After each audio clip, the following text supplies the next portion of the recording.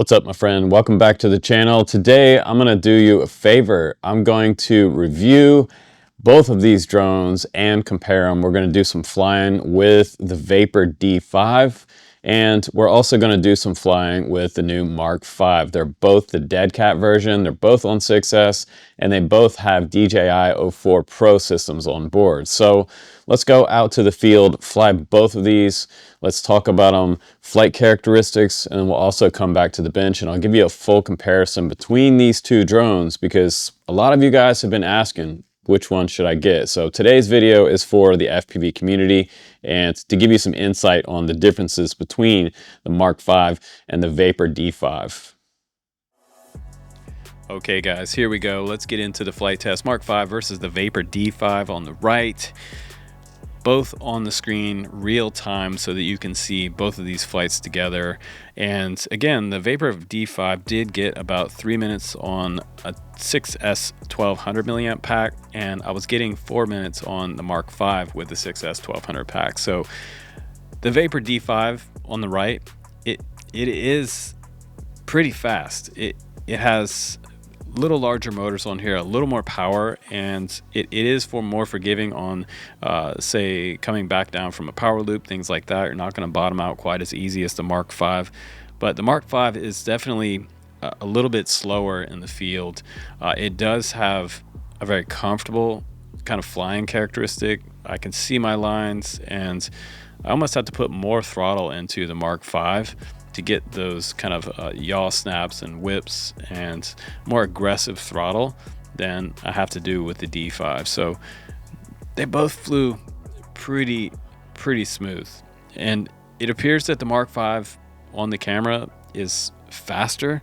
It may have had a little more camera tilt, but I was at probably my 4th or 5th flight by the time I flew the Mark 5, so I'm pretty comfortable at this point. But again, like the Mark 5 DC is more forgiving than the D5. The D5, again, in my opinion, is more for the more advanced intermediate pilots versus the new guy. But again, like it will be more forgiving because the D5 has more throttle. If you get in a situation where you need more throttle, you got it. Whereas the Mark 5, you may get yourself in a situation and it may bottom out on you, meaning coming to the bottom of a big dive like on the right hand side of the screen there. I have plenty of throttle and I can keep a solid line with the D5, no problem. And they both have great tunes on here. We should talk about the tune. As far as jello, vibrations, the Vanny style props were on both of these quads, and I didn't see any vibrations in either one. I'm still able to whip, freestyle, do tree dives, and hard loops and things like that, and I'm not getting that real kind of heavy vibe back from the props on here and the tune on the quad. So props make a difference. If you're like brand new to FPV, you have to know that like if you switch out a prop and you're having some problems with vibes, try some different props, and sometimes that'll make a difference in the way the quad flies as far as the vibrations and the jello in your video. But they were both fun out in the trees and just kind of doing some yaw snaps. I did notice that I am getting quite a bit of speed with the Mark 5 DC on the left. It seems to be faster, but I feel more power in the motors on the D5. And you can crank that camera tilt all the way up to like 30-35% if you want it to go a little faster. And way up high is where you can really see some of the differences between the two. But again, I'm coming up on 3 minutes right now, and the Geprc D5 is pretty much out of juice. So I was at the bottom end of the 6S 1200 battery, and the Mark 5 DC is still going. And I think that's one of the biggest takeaways for this review and comparison is the fact that the Mark 5 has been motored down. It's a little more efficient on the same battery, getting me 4 minutes flight time versus the 3 minutes flight time of the Geprc D5. So more power or longer flight times. You can't really have both. So let's go back to the bench now and let's compare both on the bench. All right, welcome back from the flight test. So let's get into it. The Geprc D5 versus the Mark 5. Both have different specs. They also have different prices. The Mark 5 with TBS Crossfire receiver comes in at $558, and the Geprc D5, this one on the right hand side, comes in at $454. So that's about a $104 difference between the two. So that may be part of your decision on which one you decide to go for. But let's go ahead now and let's jump into a little kind of face-to-face, head-on comparison between the specs, the flight time that I got off the 6S 1200 batteries, and the overall flight performance and differences between these two. The Geprc D5 HD comes in at 1,035.6 grams with the 6S 1200 milliamp battery on board. The Mark 5 HD comes in under 1,000 grams with the 6S 1200 milliamp pack on board, weighing in at 991.4 grams, a little bit lighter than the Geprc D5. The wheelbase on the D5 is 230 millimeters, as well as the Mark 5, also 230 millimeters from motor to motor on both of these dead cat drones. The arm thickness on the Geprc D5 on the left is 5 millimeter, and the Mark 5 comes in at 4 millimeter, so it does have a little slightly kind of lighter design than the Geprc D5. But we also have a little bit of less TPU bumper on the end of the Geprc D5 versus the Mark 5 has the fully extended TPU bumper on the bottom, giving you a little more protection, and it sits just a little higher off the ground, maybe a few millimeters. Now, this is really where these two go head to head, and if you're still watching this, good for you, because this may sort of sway your opinion on whether you should buy the Mark 5 on the right or the D5 on the left. So one of the biggest differences is weight, and that also equals to motor size and power system and flight time. And all those things together will create what is going to end up being your end of the day flight time. So both packs, 6S 1200 packs on both of these tested today, with both different power systems. With the Mark 5, with the 2107.5 motors, they're both 1960 kV. That's a little smaller motor on the right-hand side for the Mark 5, and that brought me 4 minutes of freestyle flight time. So I think you could get probably 6 minutes to 7 minutes if you're flying something like a 6S 1550 pack. You could definitely do that. The Geprc Geprc D5 on the left, that was bringing me in with the 6S 1200 for a freestyle flight at 3 minutes, because it is a larger motor, drawing more amps and a little less efficient. So we were talking about how the Mark 5 design was motored down and they streamlined the frame a little bit. It is under 1,000 grams with the 6S 1200 pack. So the Mark 5 essentially is just kind of a lighter, more streamlined version of the D5, for my opinion. And the D5 would probably be a little more durable and forgiving for the beginners, whereas the Mark 5 may be a little more open to damage. You can see on the right-hand side that there is no coverage for the flight controller here. There's no side skirt up front for the Mark 5, and you have full side skirts on the Geprc D5. So that's also something to take in consideration. Do you want lighter, more susceptible to damage, or do you want something that's more built like a tank? That may go into your factors when you're deciding on these two. So as far as the flight controllers on both of these quads go, the Mark 5 does have a little newer updated flight controller on here. This is the F7 Bluetooth version. It is an HD flight controller, and it's the V3 version. The D5 has a little older flight controller now, since this one was released in late 2024. It has the Geprc F722 HD, but it is the version 2. And for the ESCs, we have different ESCs on both of these. They are both BL Heli 32, but the D5 has 60 amp ESCs, a little bit bigger than the 50 amp ESCs on the Mark 5.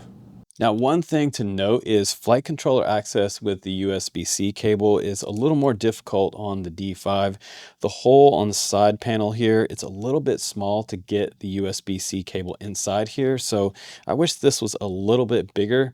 And to take this side panel off, you're going to need to remove the screw in the back and the one in the front. And then you can pop this side panel off if you don't want to kind of shave down your USB-C cable to fit this little tiny hole. So just a little too small there.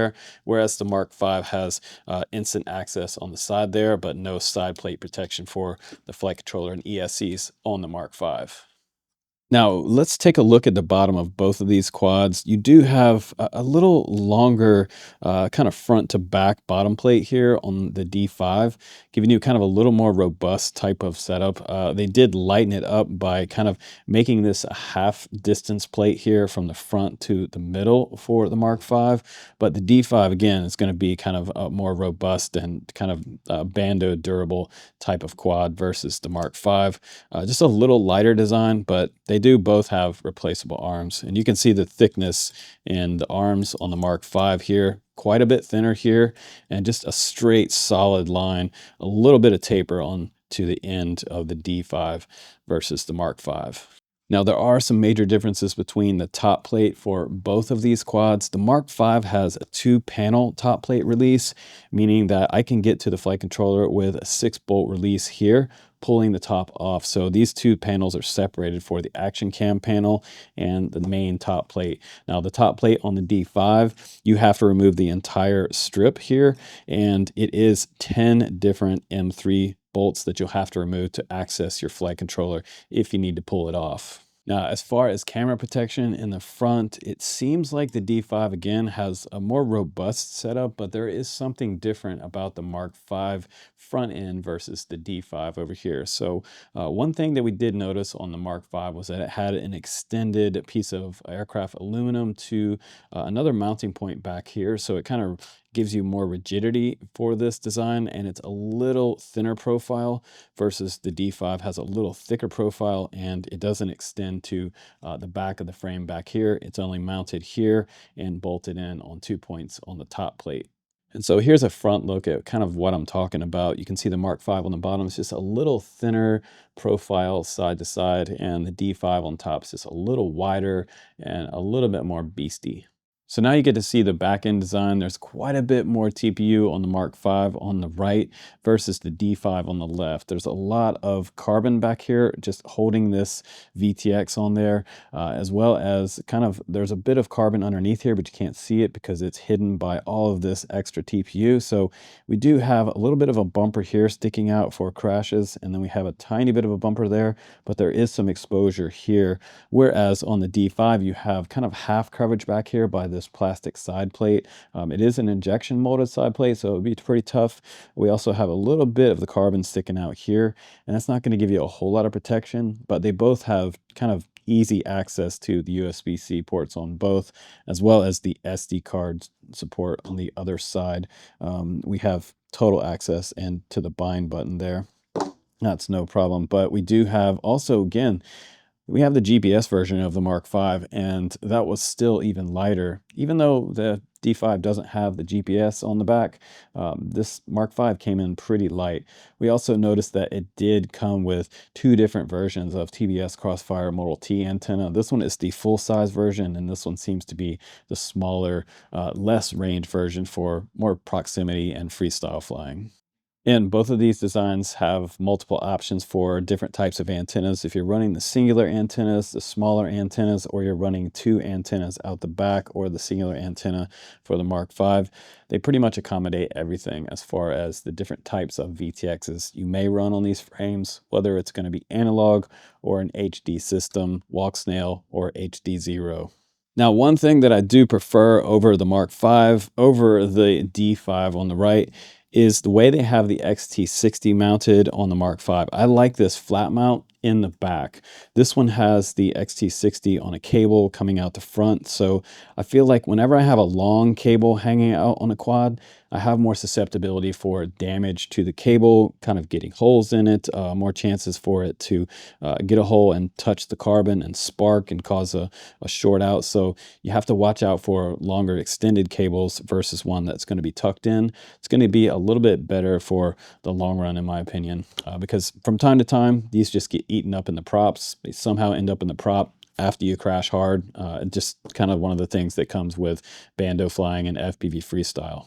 So at the end of the day, there are some major differences that you should take into consideration. If you're going to buy the D5 or you're going to buy the Mark V, what's the big difference? Well, the D5 is $104 cheaper. It is probably more durable. It is faster. The tune feels pretty loose, and it's tuned to be like an you know, a bando ripper or freestyle drone. It is made for filming. It is made for fast flying, but it does have a shorter flight time, around 3 minutes for the freestyle ripping side of things. So if that's a factor for you, you know, think about that. A little more aggressive, a little more power, bigger motors, and you know, sort of thicker, stockier arms on here, a little more compact rear design, but plenty of room for a giant battery on this full size, kind of what we call the truck bed body on here. So yeah, that's the biggest difference between the Mark V and the D5. The Mark V comes in lighter, a little easier for the beginners to fly, a little more forgiving with the smaller motors, but it also comes in with a little longer flight time, which I prefer. So out of the two, yeah, you guys always ask me which one's my favorite. I guess my favorite today is the Mark V. It's $104 more expensive, but for me, kind of a beginner to intermediate pilots, I think we'll enjoy this one a little more. It does have a little thinner arms on here. They are replaceable. You can get parts for it, but you also have the option to do GPS on both of these as well.